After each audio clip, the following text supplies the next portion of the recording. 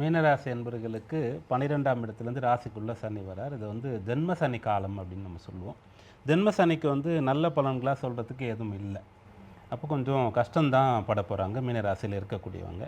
அப்போது ஒன்று கஷ்டப்படுறவங்களுக்கு ஆறுதல் சொல்லணும், இல்லை கஷ்டத்திலேருந்து மீண்டு வருவதற்கு வழி சொல்லணும். அப்போது கஷ்டப்படும்போது கூட இருக்கணும். அதுதான் நம்ம செய்ய முடியும். அப்போ என்னென்னா, இந்த சனி ஜென்ம சனியாக வராரு. இவர் 2 வீடுகளுக்கு அதிபதி, 12ஆம் இடம் மற்றும் 11ஆம் இடம். அப்போ 12ஆம் அதிபதியாக விரையாதிபதியாக ஜென்ம சனியாக இருக்காருன்னு சொன்னால் தொட்டதெல்லாம் நஷ்டம், எதுவுமே அவங்களால முடியல, ஆரோக்கியமும் ஒத்துழைக்கலை, மனநிலையும் ஒத்துழைக்கலை, பொருளும் இல்லை, யாரும் நமக்கு ஹெல்ப்பும் பண்ணல, எல்லாமே அவங்க பார்க்கலாம்.